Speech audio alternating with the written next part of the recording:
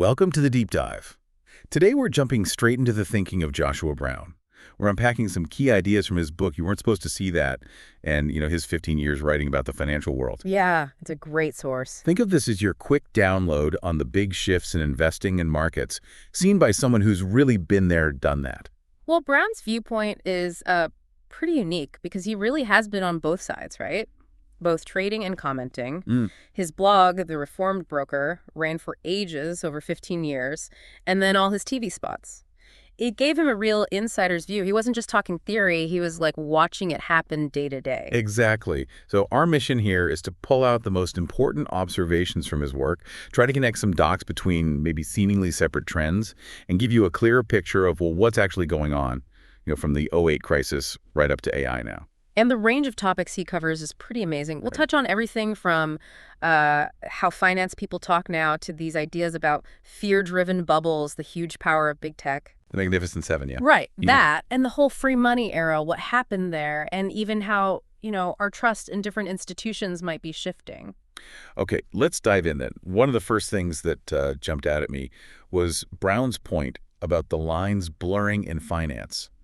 It's not just analysts in ivory towers anymore, is it? No, not at all. Brown calls it the dissolving of the fourth wall. That old separation is basically gone. Wow. Now you've got fund managers, CEOs, VCs.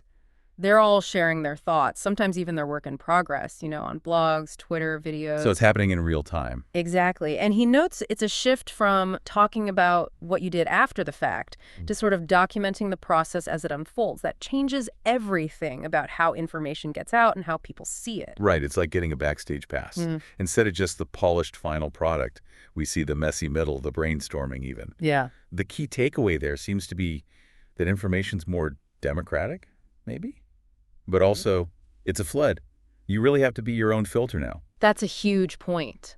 That immediacy, that unfiltered stream, it's useful, but it can also be, a lot to handle if you're trying to make sense of the markets. Okay, let's switch gears a bit.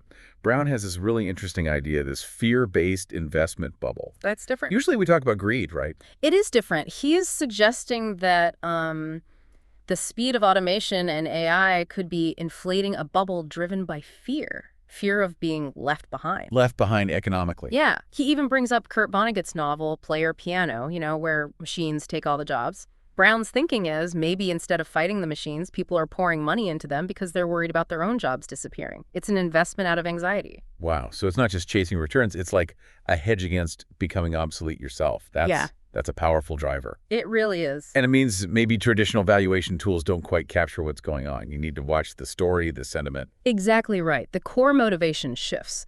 It's less about get rich quick and more about don't get left behind. That changes the whole psychology. And speaking of powerful forces, let's talk about the Magnificent Seven.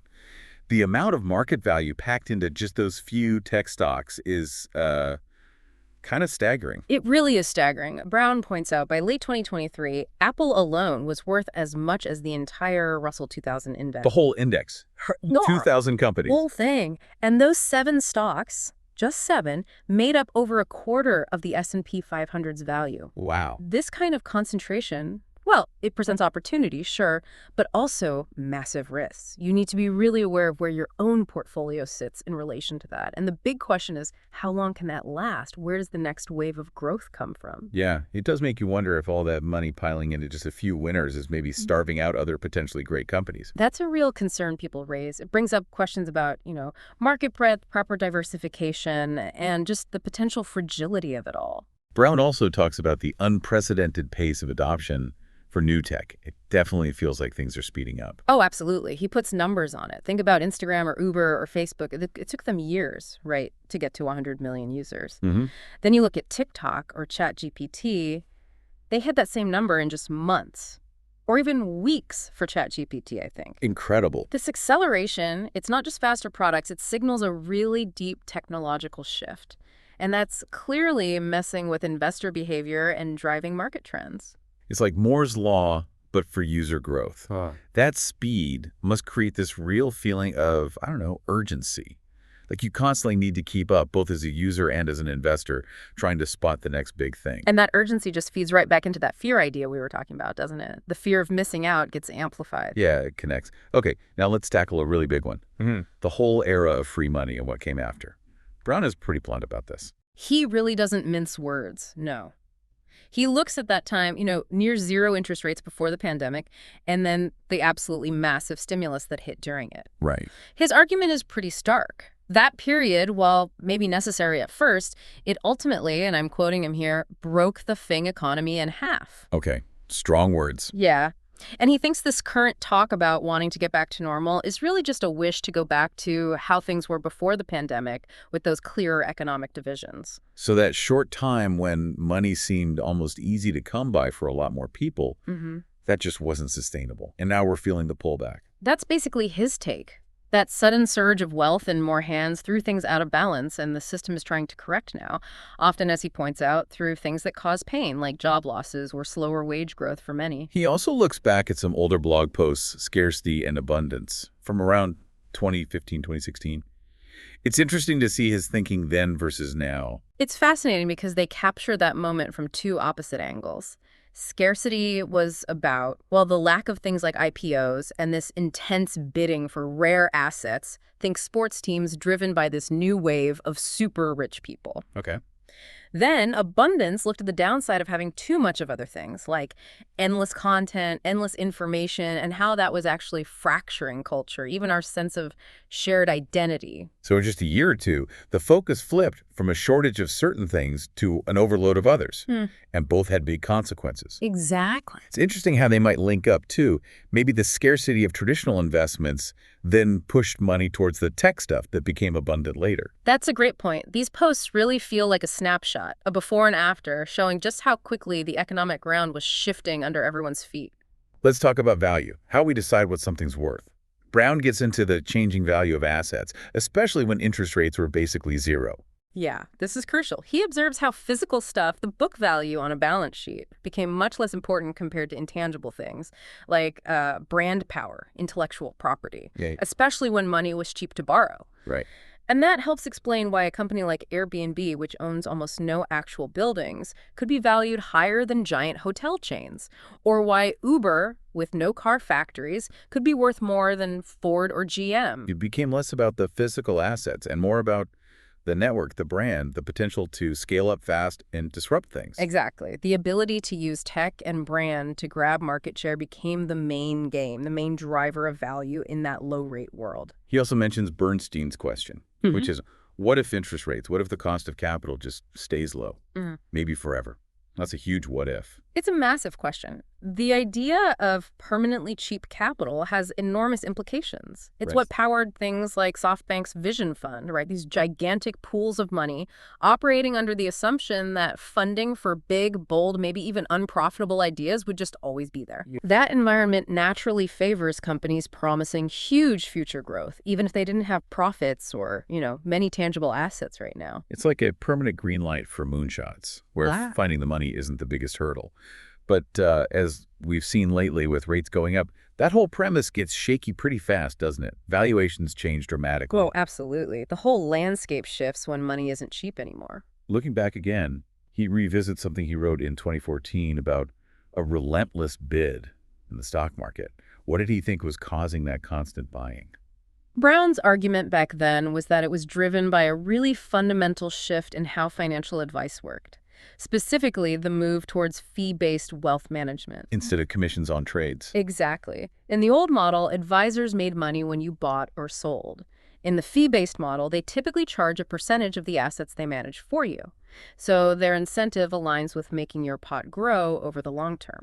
And since stocks are generally seen as the best engine for long-term growth, especially for things like retirement savings, this fee-based model created this sort of continuous structural inflow of money into the stock market. So the way advisors got paid basically created a built-in tailwind for stocks.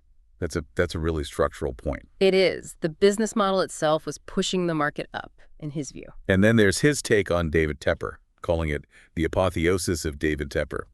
He paints him as this sort of modern hedge fund god. What makes Tepper stand out in Brown's eyes? Well, according to Brown, it's a few things. Obviously, Tepper's got this legendary investment track record, but also he comes across as, authentic, maybe more relatable than some other big hedge fund guys.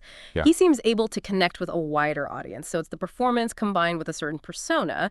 He delivers the goods without maybe the same kind of detachment or controversy you see elsewhere sometimes. So, great results, but also seems like a regular guy? Kinda. Mhm. Down to earth, maybe. Something like that, yeah. He embodies a type of success that just clicks with a lot of people. Brown also hits on the rise and fall of market personalities, especially during that crazy post-pandemic trading frenzy. We definitely saw some new faces pop up, often pretty unconventional ones. Oh, for sure. That period saw people like Dave Portnoy, Cathie Wood suddenly gain these massive followings among retail traders. Yeah, huge followings. But Brown points out how quickly the tide can turn. Public opinion flips fast, right? We saw that with the intense scrutiny Cathie Wood faced when her fund's performance changed as the market shifted. It really shows how fleeting that kind of financial fame can be, especially now with social media amplifying everything, both the hype and the criticism. Absolutely. And the pressure those figures are under just highlights how emotional and high-stakes investing can be when it's done so publicly. Interestingly, Brown asks why the bull market of the 2010s felt like it lacked euphoria. The lack of euphoria in a bull market, why wasn't everyone celebrating more? He offers a couple of reasons. One is automation. Ironically, technology was cutting jobs within the financial industry itself, which probably put a damper on things for people working there. Ah, okay. And the other big factor was that shift from active management, stock pickers trying to beat the market, to passive investing, just buying index funds. Right, less focus on star managers. Exactly. So you didn't have as many of those celebrity stock pickers who often become the faces, the heroes of previous bull runs. The whole vibe was just different. So the very structure of investing was changing, and that sort of muted the celebratory mood. That's the core idea. The internal changes in the industry itself shaped the feeling of the market. Brown also shares something personal. My little trick for coping with a correction. Sounds like a practical tip for when markets get rough. It is. It's quite clever psychologically. His strategy is, during a downturn, identify quality stocks you like, figure out what would be an absurd price, like really cheap for them, and then put in GTC buy limit orders at those absurdly low prices. GTC means good till canceled, so the order just sits there. So you set it and forget it, almost? Kind of. But the act of doing it gives you a sense of control when things feel chaotic. It makes you feel like you have a plan. And hey, if the market does panic and hit those levels, you might actually buy some great companies on the cheap. Plus, it reminds you that markets eventually recover. It's a way to channel that fear into potential action, stay a bit more rational when everyone else might be panicking. Exactly. It's about having a preset plan for navigating the storm. He also tries to redefine the new fear and greed for today's market. What's changed in his view? Well, Brown suggests the classic fear of just losing money isn't the whole story anymore. Now, there's also this fear of being a relic of the past or just plain insecurity. The fear of being left behind by technology, by new ways of making money. Okay, fear of obsolescence again. Yeah.